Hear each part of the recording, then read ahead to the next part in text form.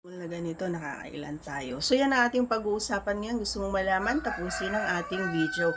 Once again, please do me a favor. Please do subscribe and click our tiny notification bell so that you'll be updated every time we have a new upload videos. Disclaimer din, ang videos po natin ay para lamang po sa may bukasang kaisipan at may malawak na pang-unawa. Kung wala po tayo neto, maaari na lamang pong mag-skip at mamili ng mga videos na nararapat para sa inyo.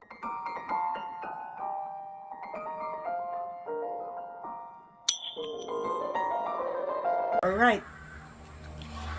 Para sa akin mga idol, napaka-importante yung boses mo. Yung boses niya napaka-importante sa akin. Minsan sinasabi ko pa, although alam ko awkward, although minsan parang nahihiya siya, pero hindi ko naman na inulit yun. Nag-try lang naman ako, nasabihan siya na baka pwede baka pwedeng ka din, ganyan, kumanong ka din. Kasi nga, parang feeling ko hindi siya masaya or hindi siya nag-enjoy dun sa ginagawa ko sa kanya. Ako gusto ko kasi yung ma-appreciate mo man lang sa pamamagitan ng pag-ungol mo, ganon.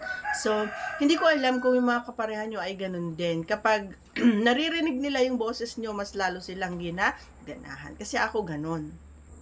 Mas ginagalingan at mas hinuhusayan ko pa, kumbaga. So, hindi naman siya siguro talo kapag yun lang yung hinihingi ko, ayaw niya pa maibigay. Pero alam niyo mga idol, nakaka 2, 3, 4, 5 ako every time na ganun. Yung syempre ramdam ko naman din na yung paglabas ng boses niya ay yung ramdam niya rin at yung na-appreciate niya, kumbaga yung ginagawa ko, na kahit sa boses pa lang niya or kahit sa niya pa lang ay alam ko na alam ko yung tono, kumbaga, ng napipilitan.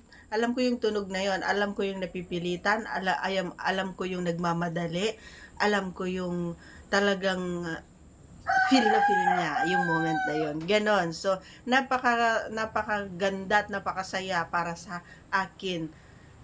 Actually, hindi lang siguro sa akin, no, kahit sa iba, kapag ganon, kasi parang feeling namin kapag kayo mga boys is magaling kami.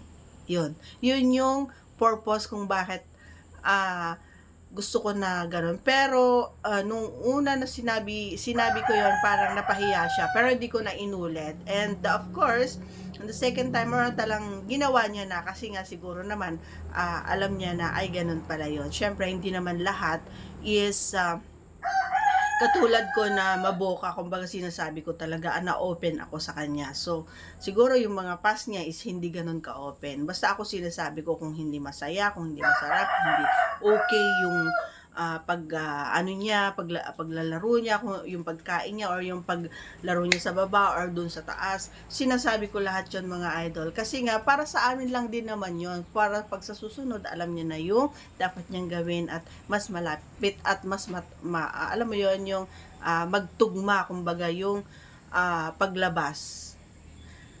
Kung na-experience yung sinasabi ko na magtugma or yung talagang sabay na sabay kayo, ang sarap sa pakiramdam mga idol. Try nyo one time, okay? So that's all for today's video. Once again, please don't forget to subscribe and click our tiny notification bell so that you'll be updated every time we have a new upload videos. Thanks for watching, everyone. See you again on our next vlog. Bye!